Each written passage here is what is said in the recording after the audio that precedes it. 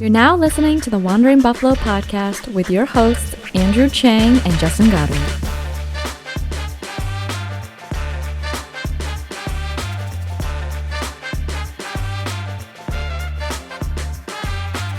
Hello and welcome into another episode of the Wandering Buffalo podcast, a show here on the Buffalo FAMBase network. My name is Andrew Chang and alongside me is my co-host Justin Goddard. Guys, the Buffalo Bills have just wrapped up the 2022 NFL Draft, and the Bills have gotten that much better. Before we get into anything and we break down this draft, you can always find us on most social media and podcasting platforms, and even on YouTube by searching up the Wandering Buffalo podcast. Justin, how are you doing today? I'm doing pretty good. I'm in this bittersweet mode now where I'm really excited that the draft is over and we get to start taking a look at these new players, but also knowing that we're getting into those dog days of summer where we're scrounging for news and waiting for the next thing to happen. So gonna be excited to take a deeper look at some of these draft players that we just picked up and get ready for that training camp at Fisher. Right. And you and I will definitely be in attendance for that. For sure. I'm very excited for that. But, one thing I got to say real quick before we kind of break down each pick here is that the Bills, how many picks did we make? 1, 2, 3, 4, 5, 6, 7, 8. 8 draft picks, and we originally had 9. Am I correct? Correct. Kind of a head scratcher when most of us thought going into this draft that, the Bills have 9 draft picks. Are all 9 of those draft picks going to make the team? Most of us said no.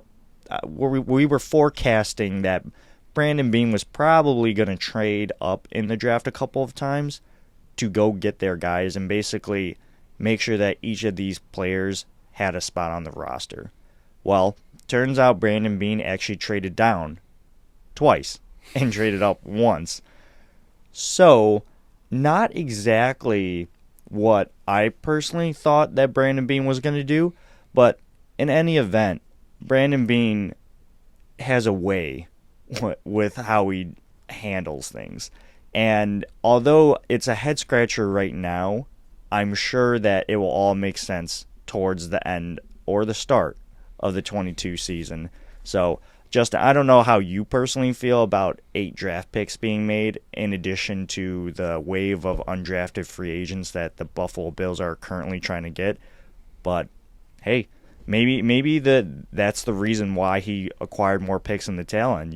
He was just saying, I feel like I needed to get picks in so we could get our roster up to those numbers. Is this the same situation as last year?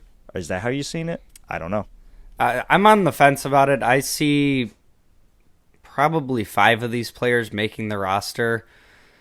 I see, especially with the late round tackle, I see that being kind of a competition between him and Tommy Doyle for kind of that swing tackle position. So I think one of them maybe makes the roster, and maybe it's Luke Tanetta and not Tommy Doyle, and one of those goes to the practice squad. So I this is kind of a lot of training camp battles to shake out here between wide receiver depth, some of the special team stuff. So I see maybe 5, 6 of these players making the roster. Kind of the same vein as you. I was hoping to move up a bit more, maybe only take 6 players or so and have all of them have a pretty decent shot of making the roster. But that's kind of where this team is at in its life cycle. To me, it's one of those good problems to have, that we have so much talent on this roster, we can't even keep players around. Yeah, it's oh my God, what are we doing? We can't have players on a roster because we're so good. It's still a really, really weird feeling to me. The fact that that's the head scratcher is baffling to me. Anyways, let's go through the draft real quick, Justin. Leading us off, Brandon Beane trades up, forfeits the 4th, pick 130, gives it to Baltimore we get our guy, cornerback Kaiir Elam out of Florida. He's a Gator at 23. And I like this pick. I really do. And I'll initially, and I'm being 100% candid, I thought to myself, why do we just give away our 4th round pick to go up 2 spots? And I sat on it, thought about it. I think when Trent McDuffie got traded or got drafted, the Chiefs jumped ahead of the Bills and the Cowboys and the Ravens all to do that. And I think Bean got a little spooked. We saw that early run of cornerbacks, earlier, and I think that already installed a little fear in Brandon Bean's head. And then when you saw Trent McDuffie go, Brandon Bean was probably like, oh man, okay, I don't know what Dallas is going to do, but let me go up, get my guy, and draft Kaiir Elam. And then when you saw that happen, the Cowboys used all of their time, right? And this was a draft that I feel like went by relatively fast for the first round. I just saw picks coming in and go. They were just going. And then there was a little bit of a lull with the Cowboys after the Bills selected Kaiir Elam. So let me talk about what I quickly like, what I don't like about this pick. I love that the Bills got good value at a position of need. I think the ceiling is really, really high with Kaiir Elam. What I, quote-unquote, don't like, again, is the fact that we traded a 4th round pick when we might have not had to do that, not needed to do that. But what am I saying? Like, right, who knows who we would have gotten in the 4th? Maybe we would have traded back and got more 6s because Brandon Bean loves his 6th round picks. So I personally don't know, but in general, I'm just happy with cornerback Kaiir Elam.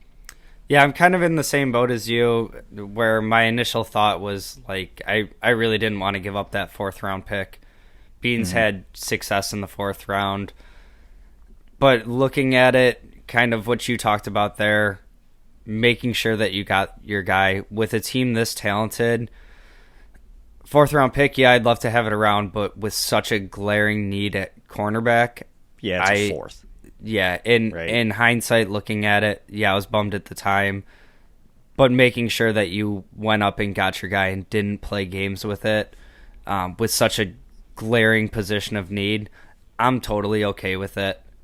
Mm-hmm. Anybody that listens to the show knows that I was an Andrew Booth guy, and I have to think that with him coming in for a top 30 visit, I feel like there had to be something that the medical staff wasn't comfortable with him there. Yeah. Otherwise, we probably would have stayed at 25 and taken our pick of Elam or Andrew Booth. But I think in particular with Trey White coming back from that ACL and knowing that you're going to need this guy on the field, there's no point in playing games and taking chances. And yeah, you drafted a great talent in Booth, but he also can't suit up week 1, and we're in the same spot. So I think Kaiir Elam has a very high ceiling. I think his floor, he's going to have some rookie moments, but I think the floor, I think his floor is at least Levi Wallace, so that kind of automatically improves it. Yeah. And that's cost control for 5 years. Right. And it's somebody that would probably slot in to be a number 1 cornerback in a lot of places. And once we have Trey healthy, he's going to be the number 2. So yeah, where he can definitely exceed in that role. Right. And all around, I think it upgrades the secondary. You still have Jordan Poyer and Micah Hyde back there. Mm-hmm. Hopefully this pass rush is getting after the quarterback more with Von Miller. So I think you're looking at a defense that was already the number 1 defense. You add a guy like Von Miller, you add help in the secondary, and I think it's coming up cherries on top there. Yeah. One thing that I noticed from Kaiir Elam's tape, and I just YouTube Kaiir Elam highlights. Like I don't break down draft picks. I don't watch the draft like I don't prepare for the draft like that. Non-professionals. Yeah, non-professionals by day or by night, podcasters by night. Let me make that very clear. So one thing I noticed, and I could be wrong, is that Kyer is in Florida. They just said like, "Yo, man up this guy, do that." So he's really good at press coverage. One thing that I think, if I'm trying to forecast some issues with Kyer, is that he's pretty handsy. Kind of like when Tre'Davious White was coming out. They said, like, you know, he'll probably get called for a little holding and whatnot. And if you watch Kyer Elam's tape, you'll see him grab jerseys or grab, like, the inside of the pads a little bit just to make sure that the wide receiver doesn't have that much separation from him. Now, that's probably going to get called in the NFL, but these are very teachable things. That's easy to fix. And I think Kyer has the knowledge and the bandwidth to play really strong in his zone coverage. So I think that the Bills are betting on, like, hey, I think this guy can play zone, and if we want to switch and play a little more press man, Bills, then this guy has shown the propensity to do that. So let's move on to the second round pick, or, you know, where we would have been. So at 57, we traded to Tampa Bay. Then we moved back to 60. Then we traded that pick to Cincinnati. Then we go back to 63, and then we get our guy in James Cook, running back out of Georgia. And through those trades, we acquired 2 more 6th-round picks, I believe. So a lot of trading back, and, you know, I'll just preface this by saying I was at Hot Shots doing Challenge Court here in Rochester, which is basically kind of like a weekly, all right, come out, play, pick up volleyball, and if you win, you get something. A lot of fun, and I had some time between my games, and I'm sitting there. I didn't have that much time, so I'm sitting there watching the draft at the bar, and I'm like, all right, who are the Bills going to pick? They trade back. I'm like, all right, they only trade back twice. I still got time. Trade back again. I'm like, oh my God, I'm about to miss my game just to watch who the Bills pick. And then as I'm like about to leave, I'm watching for another like 2 more seconds, and then we finally make our pick in James Cook. And I couldn't be more happier about that pick. I knew that the Bills needed beef in the running back room.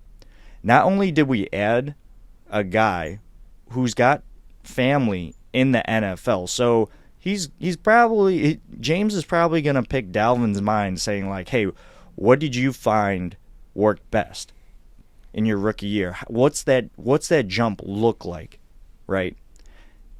I'm really happy about this pick because I think that he can grow into a really strong runner. But what we do know about him right now is that he's a good receiving threat coming out of the backfield. It's just easy for him, natural, and he can even line out wide. He's done that in Georgia.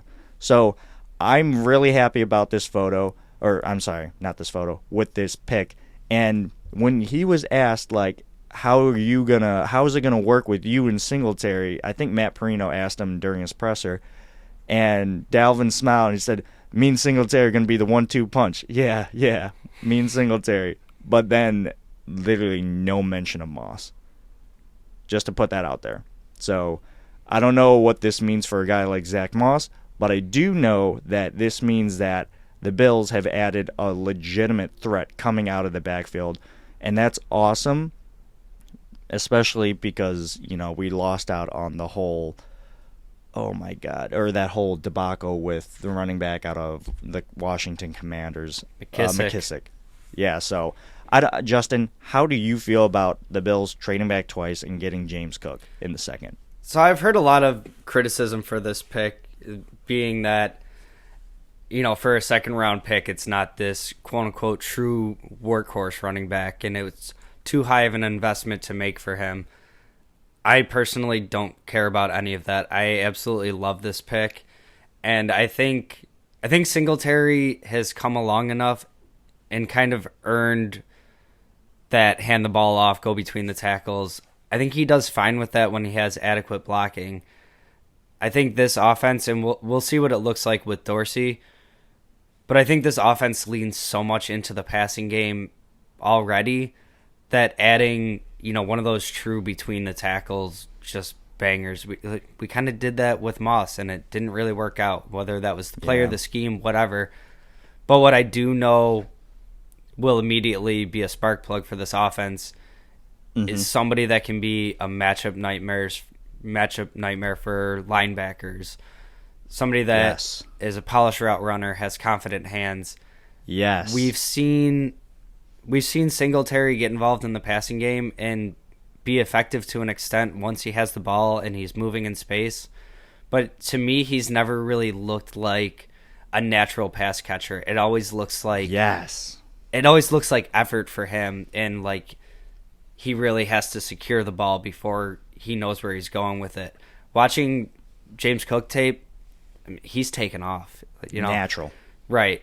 The other thing I really love about this, when he's talking about his matchup or how he's going to play off of Singletary, I've seen the past 2 off seasons, Singletary's been working out with Dalvin Cook. Yeah, obviously his in the brother. embedded videos. Right. So to me, I feel like there's a chance that Dalvin and James are also already working out together. So he's probably already formed a little bit of a bond with Singletary. They probably already Building up that continuity. Right.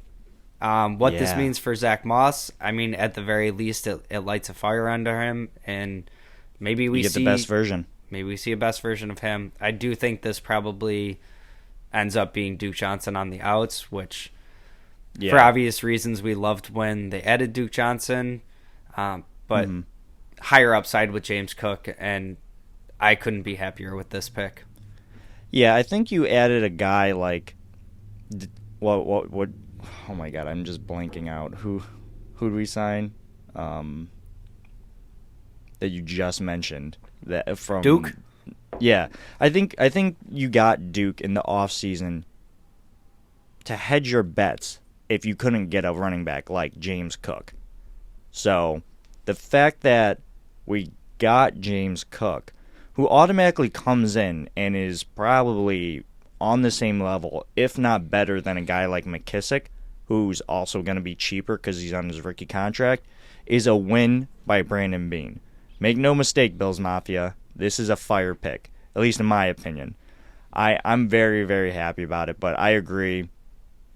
Yeah, that homie's looking on the outside, looking in. I forget, Duke is looking on the outside, looking in, so we'll see there.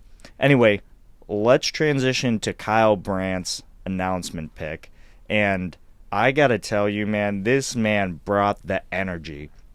When he was like, when the video came out where he's just standing, like ready to go on stage, and he's got that death look in his eyes, I was like, oh man, here we go. This guy's gonna bring the energy. He's got the Josh Allen Flex T-shirt, which I 100% am going to be buying at one point. I just need to know who's selling it. Just take my money, because I want it that bad. He's got the Letterman jacket, and the bomber jacket, and then the Zubaz pants, and a chicken wing drum, not wing, drum in his right hand. Goes out and just delivers this fire monologue, and then announces that the Bills have selected linebacker Tyrell Bernard out of Baylor. And this pick, even now, is kind of a head scratcher. Some people in Bills Mafia are a little, are kind of like me, a little confused by the pick, and some people are even saying like, oh, the Bills reached on a linebacker.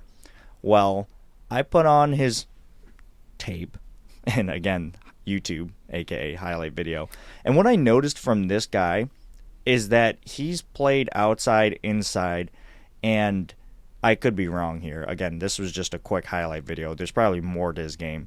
But what I did notice about him is that after watching his highlight video, it reminded me so much of that great game that A.J. Klein had against the Seahawks. And I understand in that game they were like, hey, A.J., just run in a straight line and just like tackle Russell, or, whatever. but that was still a really, really good game by A.J. Klein. And then you saw A.J. Klein like have a bigger role when called upon outside of running in a straight line when he needed to get out on the field. I think Tyrell Bernard, personally, has a way higher ceiling than that. I think the Bills are basically saying, like, hey, if we do need to go to more 3 linebacker sets, this guy can play out where Taron Johnson can play and can not be a completely lost person in zone coverage, or can definitely come down and thump on a runner if you are going to run the ball that much. Because if the Bills are putting 3 linebackers out there, it's obvious that you're going to do that. So that's my personal opinion. I do like this pick.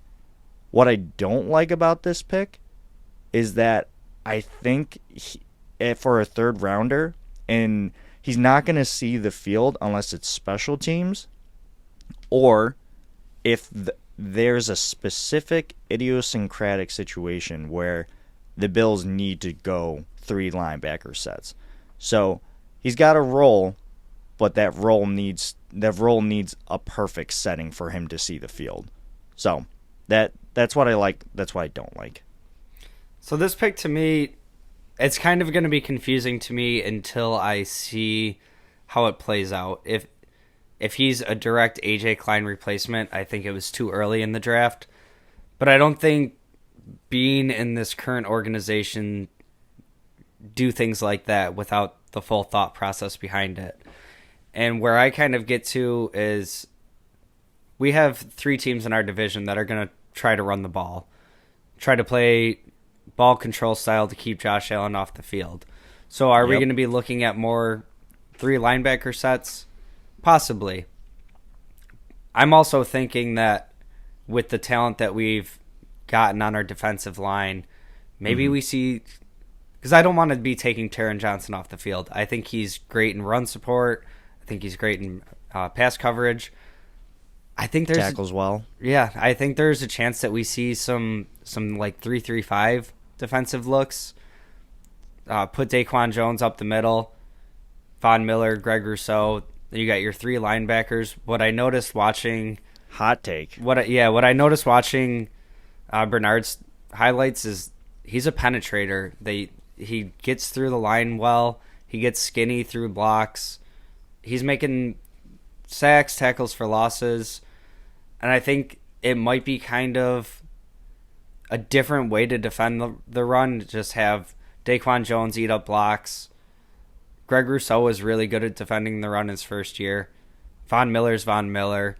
Then you have 3 linebackers, and if they decide to pass out of that set, you still have your five second defensive backs on the field.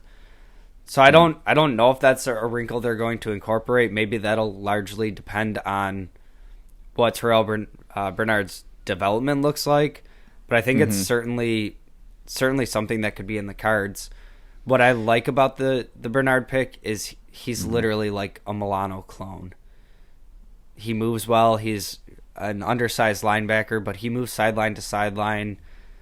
A little bit undersized, kind of like, he always played linebacker. Milano obviously converted from safety, but I think he's going to offer a lot of the same things as him. Right. The only thing I don't really like about the pick is I feel like you could have done this a little bit later on in the draft, but now we don't have the 4th round pick, and it's part of... he probably wasn't going to be there Right. if we waited all the way to the 5th. And it's part of the luxury of having a successful team is you can do a little bit of reaching to get specific guys that need to fill an exact role for you. And that's okay. And it's similar to the James Cook pick.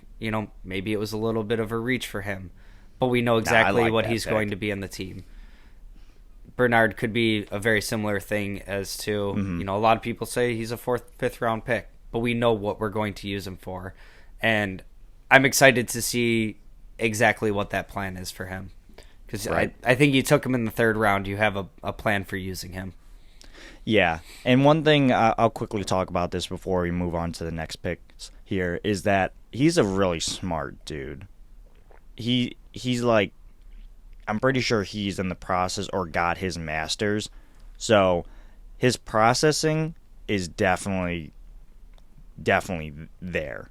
I don't know for sure, but like if you got your master's and you're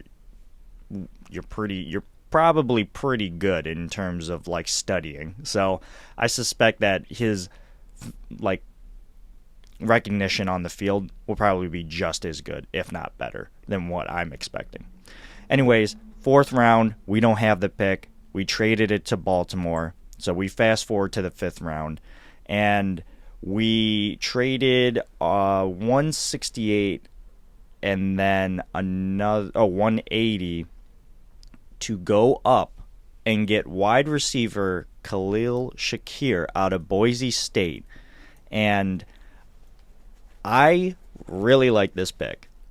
I thought that this man was sliding, and there was a point where I thought to myself, oh my God, like, how is this guy on the board? Similar to like why Calvin Austin III was still on the board. But whenever stuff like this happens, I think to myself, that just shows you how hard it is to be predictive of the NFL draft. Like, there are so many variables, right? How many picks are there? Like 251 or some crazy number like that. It's hard to like really pinpoint down who's going where or the exact order. So I personally think that the Bills got great value for a guy like Khalil Shakir in the 5th. And again, Brandon Beane went up, got his guy. What I like about this pick is that it's definitely going to push guys who have return ability, because Khalil can do that. And so Marquise Stevenson, Isaiah McKenzie, you kind of just both got put on notice. McKenzie, even though he just got that 2-year contract, it was a low contract. Like, you're not really, nothing's guaranteed here. So he's got put on notice for the return ability. And then for those guys in the slot, McKenzie, again, you just got put on notice. Crowder, you just got put on notice. Khalil Shakir is probably a slot wide receiver, and he's very, very good at it. His first couple of steps, getting up to the 10-yard split, were 90th percentile from what I heard. He's very fast. He's got an explosive first step. I'm in love with the fact that Brandon Beane traded up and got Khalil Shakir in the 5th. Yeah, I think this is one of the sneaky best picks from this draft. I think Crowder has that slot role for this year, and we probably see Shakir kind of be involved in the return game, kind of like a situational receiver, because we have the depth there, and he's going to have time to develop and come along, and when they see he's ready, he's going to go in. But like you said, this is direct competition for Isaiah McKenzie, direct competition for Marquez Stevenson, guys that have been on the roster or on the team and kind of left something to be desired. Yeah. Just popping on his tape, he has ridiculous hands. It's just littered with these circus catches. Love the return ability. And we talking highlight tape? Oh, AKA yeah. YouTube? AKA my deep dive on the highlight tape. There's just so much to like about him, and I kind of doing mock drafts saw him go like mid-third round, 4th round. Yeah. With the run that kept happening on receivers, it kept being like 6 receivers went, little break, another 6. And I thought we were coming out of this draft not getting a receiver, and pulling him in the 5th round. It was definitely looking like that at one point. Yeah, and I love that he has the return ability in there. That gives him a chance to, that alone, make the roster and kind of lock down that position. We've been looking for that since Andre Roberts. It's been a concern, so hopefully he can come in and just really show that he can have those return duties. And then maybe we see McKenzie still make the roster and kind of be that offensive weapon, and that's the role that we see for Shakir this year. Jamison Crowder's only on a 1-year deal. Maybe he slots in next year and is able to take that step. But we kind of went from losing a couple guys in the receiver room right back to where we were last year with like quick. This just being 7 players deep, and yeah, I would be good with any combination of 5 on the roster. Yeah, the Bills definitely reloaded real quick. Right. I agree with that statement. Anyways, we're going to take a quick break. We got 4 more picks to talk about. Stick around. We'll be right back. Hey, this is Brother Bill. Now back to the show. Welcome back, everyone. Welcome into the second half of this draft recap episode. We're going to kick things off by talking about Punt God and starting the 6th round. And I am not lying to you, Justin, when I say this. This might have been the most electric pick of the draft. And I'm saying this just because you saw so many Bills fans out there banging the table saying, Slamming. we need a punter. We need a punter. Like, everyone was like, all right, we're gonna draft Punt God in round X or Y or whatever. And next thing you know, I'm actually about to go into work. And I'm about to start my car, and I was like, all right, I have enough time to see who this pick is. Let me just see who it is, and then I'll just, like, drive. Cue the draft noise. Driving very fast. No, I didn't even start my car. And then I look down, and it's like, Matt Ariza, San Diego State. And I literally laughed so hard in my car, turned it on, and just drove with a smile, because this is an awesome pick, right? We have a need at punter because Matt Hawk isn't good at punting. We get a guy that everyone was basically forecasting the Bills would pick, and it actually happened. That's what's so funny to me, and I couldn't be more happier because this guy has like crazy leg strength. Now, can he control it? That's the real question. Does he outkick his coverage? I don't personally know. I just know the man can boot the ball. Can he control it, do coffin corner stuff? Who's to know? But the big question with Matt Ariza is can he hold the football? You got to figure it out, bro. Like, you just got to figure it out. I don't really know how else to say it. Like, you have all training camp to figure out how to field a long snap from Reed Ferguson. Figure it out, put a glove on, put it down, build up that continuity between Reed Ferguson and Tyler Bass. That's my only thing. I love this pick. Only thing I'm gonna say is can you hold? But my counter to that is figure it out, bro. Worst case scenario, we just keep Matt Hawk on the roster, have him hold Ariza punt, right? No, that's a terrible idea. No, I mean, we had a kickoff specialist back in the day. What was that? That's a waste of a Jordan spot. Gay? No, I'm not on the board with that. We'll figure it out. The thing that I love about this pick so much is, first of all, everybody in Bills Mafia has been calling for this dude. And I was sitting, I wanted him. And I'm sitting there listening to the draft. And every time I hear a team come up and they're saying they draft punter, and I'm like, there he goes. And 2-3 punters went before him. And his press conference afterwards, he's talking about having a chip on his shoulder and making those teams pay. I'm like, I love hearing this from my punter. But what I love the most about this pick is it's such a Bean McDermott pick of betting on the physical traits, and we're gonna figure Swinging out the for rest. The fences. And talking about that from a punter, it's so weird to talk about this as a punter, but he obviously has the leg, and they're kind of we're gonna teach him to reel it in. We're gonna teach him the finesse. Mm-hmm. We're gonna make sure he gets there. And he's left-footed. Left-footed, which apparently is better with the swirling winds in Orchard Park. This is what I've heard. I don't know anything about that. No, it just comes in so awkwardly that I'm not gonna lie. I tossed around the football the other day, and I was fielding catches from a left-handed thrower. And I'm not gonna lie, when the ball was coming in, and he had incredibly weak arm talent, to put it lightly, but the ball was going so slow and spinning so weird.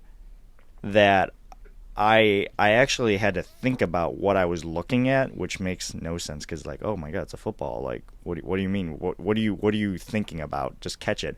And I tried catching it, and it spun off my hand a different way than, a regular spin, because I kind of like catch it with that anticipation. But having it go the other way just kind of like messed with my mind for a little bit. I definitely dropped like one or two before I like really got to it. So if you're not used to that type of spin, I promise you it is real. I will say the last thing that I really like about this pick too is he's a straight athlete. There's so many instances where he just blasts the ball 60, 70 yards and he's sprinting down the field. And, like, he's the first one there to make the tackle, and he's thumping dudes. Yeah. Now, do I want to see that in the NFL? No, not necessarily. I want you to trail the play. I don't want my punter getting hurt. I have gunners. I have the whole special teams unit to make that tackle. But in the circumstances where something breaks contain and somebody's running down the field and about to score the touchdown, like, how many times do you see they got one man left to beat, and it's the punter, and the punter's like, trying oh, to tackle boy. the dude, and it looks like his shoestrings are tied together. Mm-hmm. You got a guy to get by if the last man to beat is Matareza. And it's just that little subtlety of having confidence that he can stop Competitiveness, too. Yeah, like, I'm about it. it's subtle, but I love it. Yeah. All right, let's move on to the next 6th-round pick. And this was our pick that we got when we traded Darryl Johnson away to Carolina. It is cornerback Christian Benford from Villanova. I'm not going to lie, Justin. I do not know anything about this cornerback. But what I suspect with it is that the Bills see this guy as not only a roster camp body, but they also probably see him pushing a guy like Dane Jackson. Dane Jackson was selected in the 7th round last year, or like a couple years ago. And then this year we got a guy in the 6th round, right? Last year before that, it was Rashad Wildgoose. So we got another cornerback here in the 6th round. And I think that the Bills, what they see from this pick is that at the very least, he's probably gonna beat out all the other cornerbacks not named Kyer Elam, Tre'Davious White, and maybe real outside chance looking in will challenge a guy like Dane Jackson. And I don't think that that's going to happen. Let me make that very, very clear. But it does show you once again, like, hey, we are going to make competition at every spot. And again, this is a position of need. Or I should say was of need. But still, outside of those cornerbacks, the drop-off is real. Now, do you answer that drop-off with the 6th-round pick? Does that really make that drop-off like disappear? No, but if anything, you're shortening the gap. So that's what I like about this pick. So what I like about this pick, to be honest, going into the draft, I was very unsure that the Bills were going to address cornerback in the 1st round, despite it being what everybody was calling for, the most obvious need. It's just not something that they've typically prioritized. So what I like about this pick is I went into the draft thinking that we might not get our replacement cornerback till round 4. And we've seen this through a lot of the drafts now. As you mentioned, Dane Jackson, Wild Goose, you had Levi Wallace that was an undrafted free agent. They are trusting their ability to develop these guys that are kind of afterthoughts to everybody. And they've got production from the position. Now, we never really got to see anything with Wild Goose because he got plucked so soon. But Dane Jackson's come in spot duty, and when Tre'Davious White went down last year, he played pretty well. We saw, obviously, Levi Wallace get developed into this long-term starter that they just couldn't find a way to replace. So I think that this guy that we don't know a ton about right now, if they see something in him, he's got a little bit of juice to him. give him a little time to develop, and that's the type of player that they've worked with. Okay. I agree with that. All right, let's move on to the last six round pick here, and that's offensive lineman Luke Tanetta out of Virginia Tech. And this is the pick that we got when we traded with Cincinnati. I like this pick because I was worried that the Bills weren't going to at least add something to the offensive line. And that's not to say with all the undrafted free agents that we'll talk in next week's episode, because that's still happening right now. So we just want to wait, and we'll probably see some free agents get signed too, because there's that second wave of free agency after the draft when teams don't get what they wanted in said draft. But what I do like about this is not necessarily the player, but what Brandon Beane said about this situation. He said, and Wyatt Teller got brought up, and he basically said, I definitely traded Wyatt Teller a little too soon. I needed to be patient, and I wasn't. And we know who Wyatt Teller is. He came from Virginia Tech. And that's not to say that automatically makes Luke Tanetta like the next Wyatt Teller, because that's just not fair to him. And it's an incredibly hard thing to beat. But basically, Brandon Beane was like, hey, we got a new offensive line coach, Brian Dable. He basically said, like, the fit for him to be a starter probably wasn't there.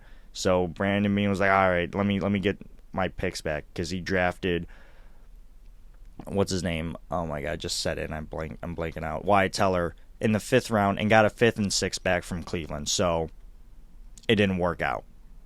He admits that mistake.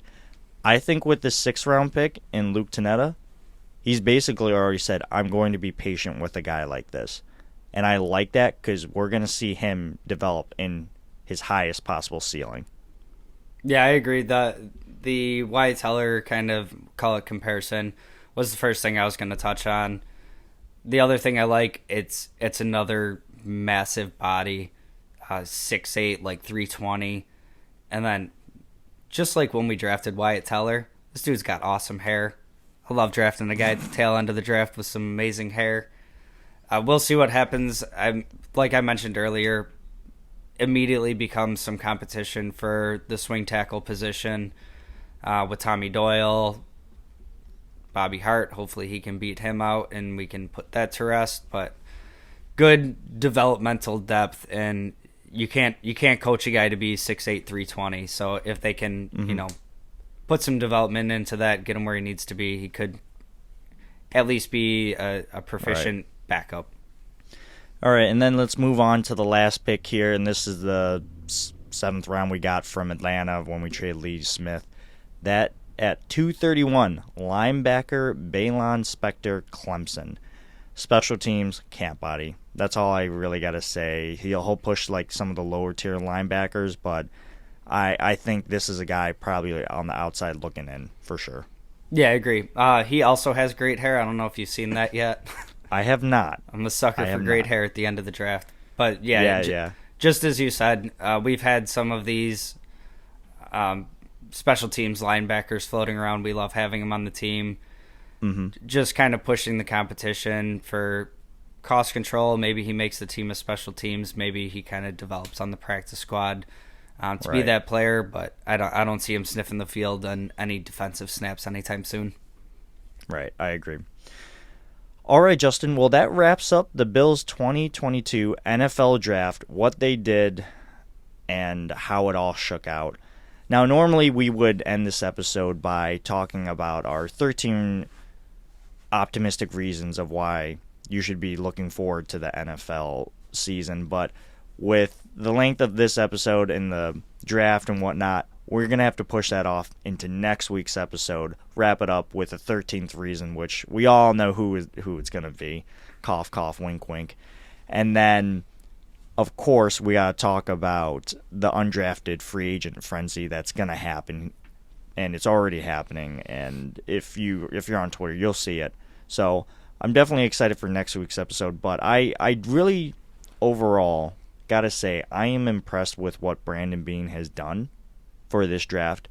I like all the picks. for the most part. Some, like we mentioned, were reaches. Some were like, does this person have a role? And for the most part, I'm going to say yeah. I see where these players can get plugged in. So I really do like this draft. I think Brandon Beane has knocked it out of the park once again. But that's not to say other teams didn't knock it out of the park and have done better. And we'll talk about that. But the Jets had a really good draft. I'm just going to put that out there right now. And we'll definitely break down what the AFC rivals have done in the draft and how that gap between how the Bills are playing and how the rest of them are playing have probably gotten a little condensed. So, yeah. How do you feel about this draft, Justin? I'm just going to leave you with this, and I'll say stay away from those instant draft grades, the ABCDs from all the experts. Mm-hmm. That look at it from the context of your belief in this team, what you've seen this regime do. I don't think this is going to be a draft class that gets good responses to instant grades. But like you said, when you look at it player by player and how you think they're going to fit in, yeah, some of them might have been considered reaches. I'm strictly looking at how I think these players can positively affect a team that's already knocking on the door of a championship. So yeah, take it with that well lens said. and not really from what's his face at ESPN says about it. Yeah, no, that's well said. And when it comes to instant draft reactions, I think you said it really well. You can't put too much stock in these picks because remember that guy from Wyoming that everyone doubted and was just like, that was a terrible pick at number 7? 4 years down the road, and it's a great decision. So keep that in mind when you're looking at our draft picks because this could develop into something really special. So with that, that's going to wrap it up for today's episode. Thanks for sticking around and listening to our podcast. Make sure to like, comment, subscribe, and review our podcast as well. It does help us out. We really appreciate that. You can find me on most social media and podcasting platforms, and even on YouTube by searching up Two Changs and the Wandering Buffalo podcast. Justin, where can the people find you? You can find me, as always, on any social media at jgods22. Of course. And as always, Go Bills. we got to say, go Bills.